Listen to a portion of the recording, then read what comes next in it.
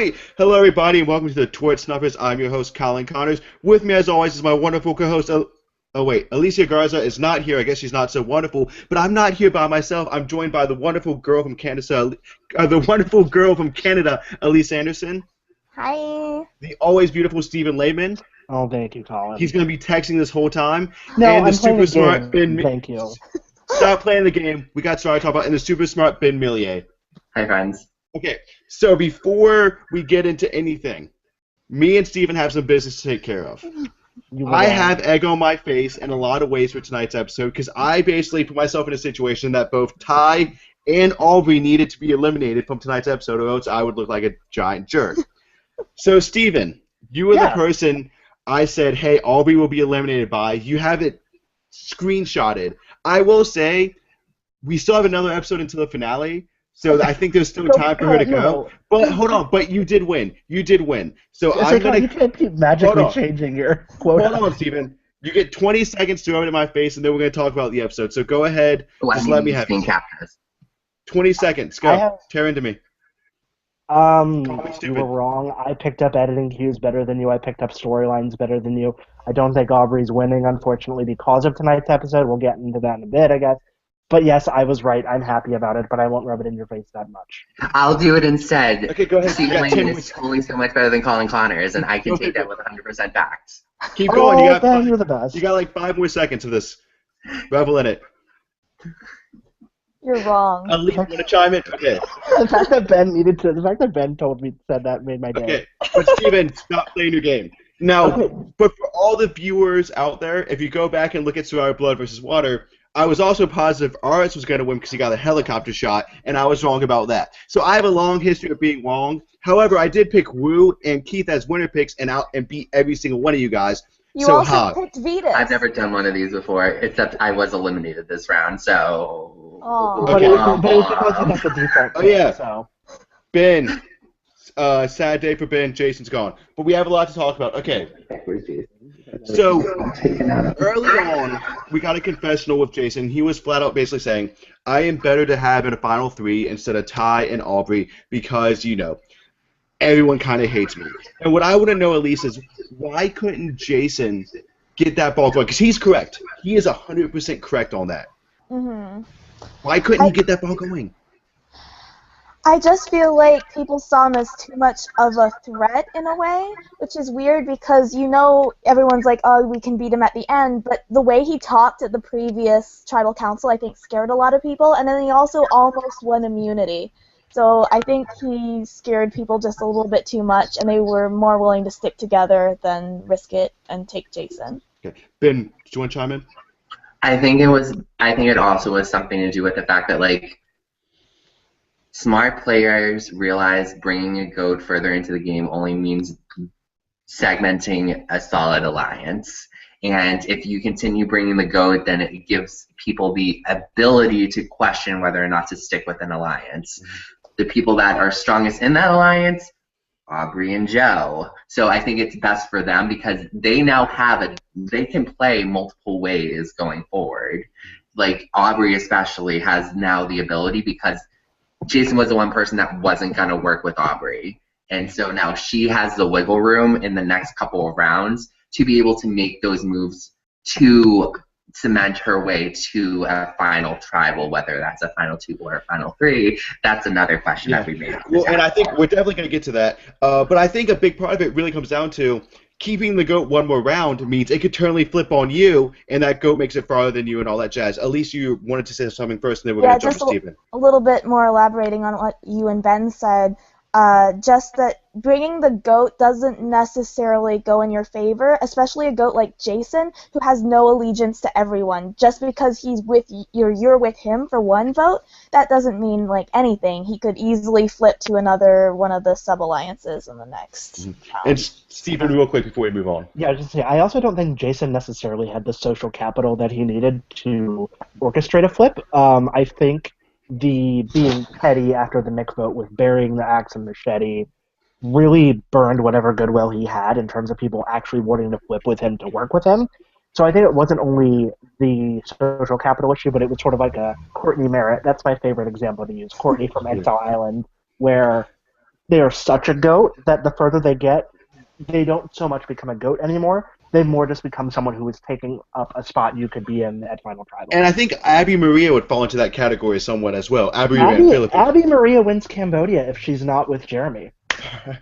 Well, that's a whole other conversation. But I'm talking about Abby Maria and Philippines. Yeah. Okay. Yeah. So the other thing about kind of Jason's social game is he said he was kind of being a dick, so people would consider taking him to the end. I think that was him trying to save face, and I don't believe it. And with that being said, is being a dick ever a good strategy taken to the end? I mean, Philip was crazy and brought to the end, but Ben, what do you think? Can being a dick ever actually get you that third place GOAT position? It can get you that third place GOAT position, and it will never get you the win. So I don't understand to this day why anybody would go down that route, because ultimately nobody is playing for third place. Well, I honestly thought that he would be playing like this the ultimate survival story. Like, I was a dick, and I still got to third place, and nobody thought I would. Nobody would actually fall for it, but in his mind, yeah. I could see that as well. Go ahead, Elise. Oh, and half the time just being a dick doesn't even get you that far, like, to the end. Like, look at Jean Robert. That was his whole thing, was I'm going to be, like, so hard to live around, and I'm just going to be a dick to everyone. And what do you know? He doesn't even get close to the So you mean, like, final. 3/4 of this season's pre-merge? Mm-hmm. Yeah, exactly. Okay, so I want to move on a little bit, and I want to talk about editing, especially with Michelle. And Stephen, I'm going to kind of go with you. We, as the Survivor fan community, have somewhat crowned Michelle the winner of Edgic this season. However, in every single episode so far, when they've talked about Michelle, they've actually talked about her in terms of being on the outs. They did it again this episode. So do you think, Stephen, do you think that she's going to take the reins next episode, or do you think we're once again overreading it? Because Michelle could have easily gone this episode. Yeah, no, and I was going to say, I think, honestly, the reason the editors keep highlighting her being on the outs is because she said herself last episode, her strength was her social game. Her strength was getting in with people, making those relationships, and propelling herself forward because of that. And I think they're trying to accentuate that and explain, if she does wind up winning, why she won. She built relationships with people. She's perceived as on the outs, but I don't think she actually ever was on the outs. I guess she wasn't on the outs tonight. I don't even think she was on the outs tonight either. I think it was just Ty getting too trigger happy. Okay, go ahead, Ben. Yeah, because I'm kind of questioning that as well, because like the editing kind of told a lot, because they posed her as really level-headed and really composed through the entire episode. And then at the very end at Tribal Council is when it showed her being volatile and explosive for the first time, like, this entire game. And if they were going to pose her as being on the outs and being, like, unable to have any control over her game, they would have edited her to make her look like she was not in any sort of control. But even this round, when her name was being thrown around, she was shown as a level-headed, composed player. So, basically, it's one of those situations. Very kind of somewhat parallel. I'm going to say like a Sandra Diaz Twine game in terms of everyone kind of just being like, yeah, they're just there, they're not really doing anything, but because everyone thinks that actually gives her power. But I don't think anyone is discrediting Michelle and saying she's not doing anything. I mean, there was a whole segment of Ty saying how she had to go because she was so threatening. I don't think they're discounting Michelle by saying she's just existing and she's there. I think they're peppering in enough of her to where we say, she's doing something, but unlike people like, say, she's been the built-in narrator for a long part of the game. Right. And she was established from the first 2 or 3 episodes as being the strategic front runner of this game. Yeah. Well, it was her and Anna. Her and Anna were battling. But okay, but I'm going to say this. Anna never had legs. Anyone could tell that. Well, I feel like that's kind of armchair Monday morning quarterbacking Anna's game. Okay. But so we do agree that even though people may say she's on the outs, and even though they say that in editing, she's not in any danger, and she still has a good shot of winning. Is that the consensus amongst everybody? And I think just another quick little tidbit on Michelle being on the outs. The general public audience likes an underdog, so this may be their sort of angle of making Michelle a more positive toned character. Okay. Because honestly, like, I like Michelle personally. I feel like I like her story if they told it as is. but I think the fact that they want to hype her up as almost an underdog-esque character, they're trying to sort of be like, hey, you're supposed to root for her. Okay, and that's after Aubrey gets voted out next week. But Elise and Ben, you both agree that, so Michelle, they may say she's on the outs, but she's still #1 contender right now. Do we agree with that? I think she has the most potential at this point. Okay, that's fair. Elise? Yeah. By process of elimination, I think she has the most solid game. All right. Yeah. So the one character we've never talked about in this podcast in great detail, and honestly, I feel a little bad as a host because I never got to fully flesh this person out. Elise, has there ever been a good Survivor icon as Mark the Chicken? Has there ever been anyone that encapsulated how great a season of Survivor can be in Mark the Chicken? There's never been such a great animal mascot. We saw, like, Balboa. 4 minutes dedicated. Balboa's story was sad to Mark the Chicken. Elise, why are they showing us this, and how great is it? I love Mark the Chicken. I think it gives Survivor, because in the early seasons they often showed more about camp life and more of the fun things that were just going on that weren't strategy, that weren't immunity challenges, that weren't people getting hurt. So this kind of brings back a little bit of those fun moments, and we get to know Mark the Chicken and see a little bit more of their camp life and how they're playing around with this grub and Mark the Chicken. And yeah, I think he's great. It's a great little addition. Makes this season a lot more fun and lighthearted. Exactly. And Ben, why do you think that they've decided to include him? Is it just because of this fun and lightheartedness, or they didn't have any other footage? I was really praying for the penultimate Jason was going to behead Mark. But clearly that's not a possibility anymore, so I can't even say with any certainty about why the fuck they're wasting our time with this. I think it's just to be cute. And from what I understand, wasn't Mark the Chicken actually, and tell me if I'm wrong, or look this up later, Mark the Chicken actually wound up in Survivor Second Chances being one of the chickens they had. And I think they ate it. No! That's How do you know? All the chickens look the same. That's just what I've heard. Okay, but Steven. Yeah, I know I've heard that too, actually. Yeah. In terms of this raw Survivor iconology, do you think that Mark the Chicken's going to be something that we reference for years on end, or is this just them being kind of bored with editing? I definitely think Mark is one of the better NPC Survivor characters we've had. I don't think he's still got a ways to go. I think he's not on the same level as, say, Corazon, the lesbian shopkeeper, who liked Trisha for her eyes in a sexual way, or, say, Tata the Bushman, or Da, or Joe, or whatever other people we've had that are not players but are in the game. But I think Mark is definitely going to stand the test of time. We're going way too meta on this. Yeah, I know. We're going way too meta on this.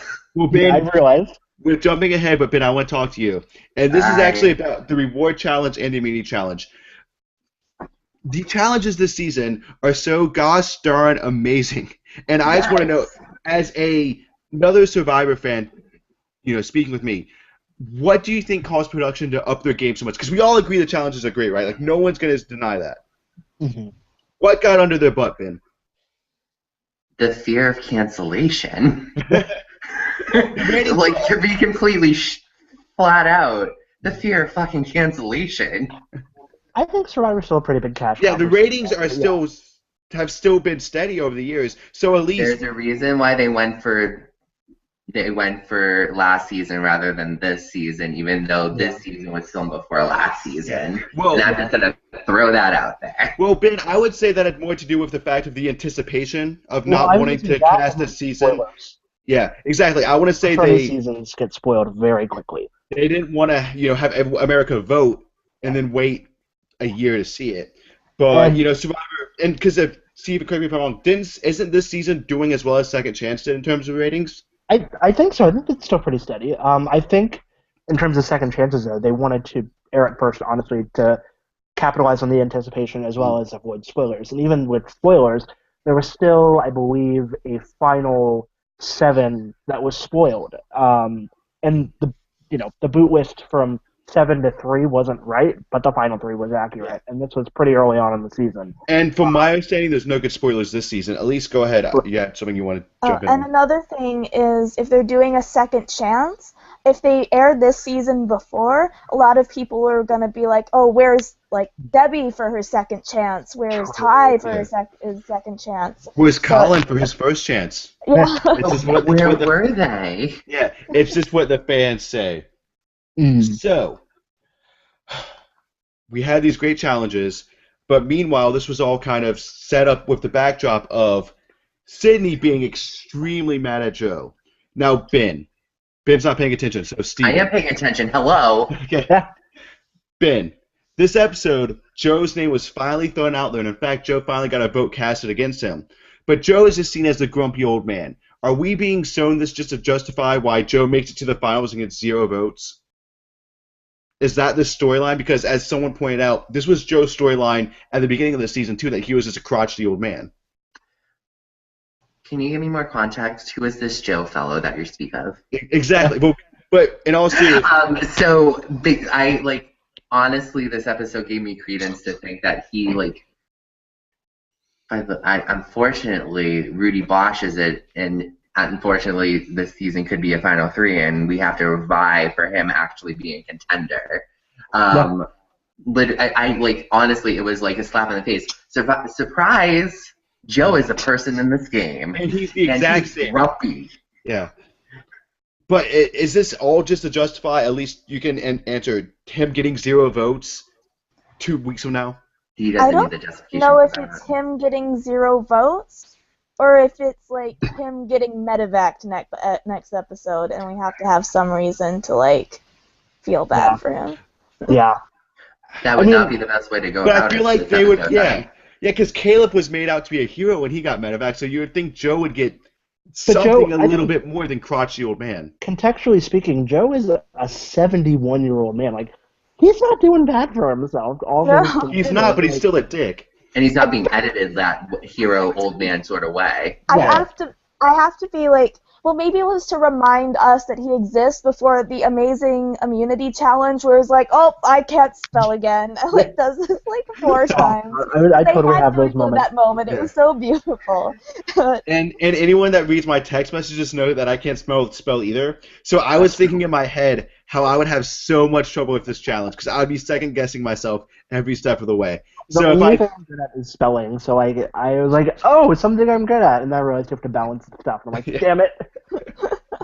So, anyways, we had Sydney throwing Joe's name out, Michelle's throwing Jason's name out, and Jason saying, I will just do whatever. So, even though Jason kind of bit the bullet, and Elise, we were teased a little bit that things might get shaken up next episode, do you think that this Final 7, Final 6, and now this Final 5 has been some of the most versatile, kind of mercurial Survivor players we've ever seen in terms of randomly voting out? Because it feels like a slightly hyped up Kagiana in terms of just how much this game could actually fluctuate. Or am I just putting too much into it? No, I think they are very disjointed. It seems like a group that came together. Well, they did come together just because they needed to, as opposed to being really, really tight. They weren't all in the same tribe at the beginning and went through this amazing journey together. We have Aubrey and Joe who are just kind of stuck together but everyone else is kind of up in the air. And I think it makes it interesting, especially now that we're getting down to the fewer numbers, so something has to break, and it could break any number of ways. So it'll be interesting to see how that falls out. And does anyone else want to chime in on the kind of mercurialness? Ben, go ahead. I kind of love the meta that is the composition of the game right now. Yeah. Just looking at it right now, you have Joe and Aubrey who clearly are not going to do anything that's going to harm each other. Sydney and Michelle who have been pushed together over the last 2 or 3 episodes. And then Ty, who is now seemingly in the middle going forward with an immunity idol, so we can't even just fathom to think that he's going to be an option this next episode. Yeah, he's not going the idol, and he has to play it this round. So it's literally Ty's gambit whether or not he goes with the side that he's been with the last 2 or 3 rounds, the core alliance out of the loose alliance that he identified at this tribal, or what the previews are trying to play with Michelle and Ty deciding to finally make amends. I know I just went somewhere where you wanted to go further in the podcast. I'm sorry. Well, no, we're reaching that point. We're basically done dissecting this episode. From Ty's gameplay point of view, though, because Aubrey did just betray him, and because Ty is smart enough to read that Aubrey is a power player, I actually think that Ty teaming up with Michelle to get rid of Aubrey next week is a very strong possibility. And anyone can chime in on that.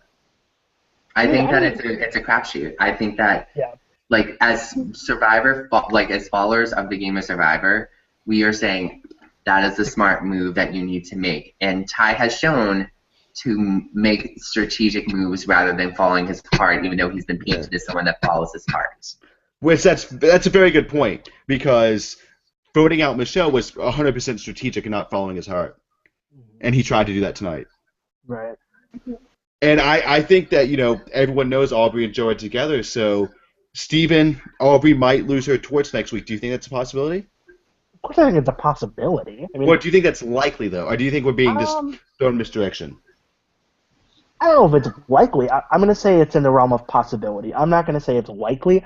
I think the fact that we did get that spike in visibility of Joe this week maybe setting him up for something next week, but I don't know. So maybe Aubrey wins immunity and they take out Joe just as a way.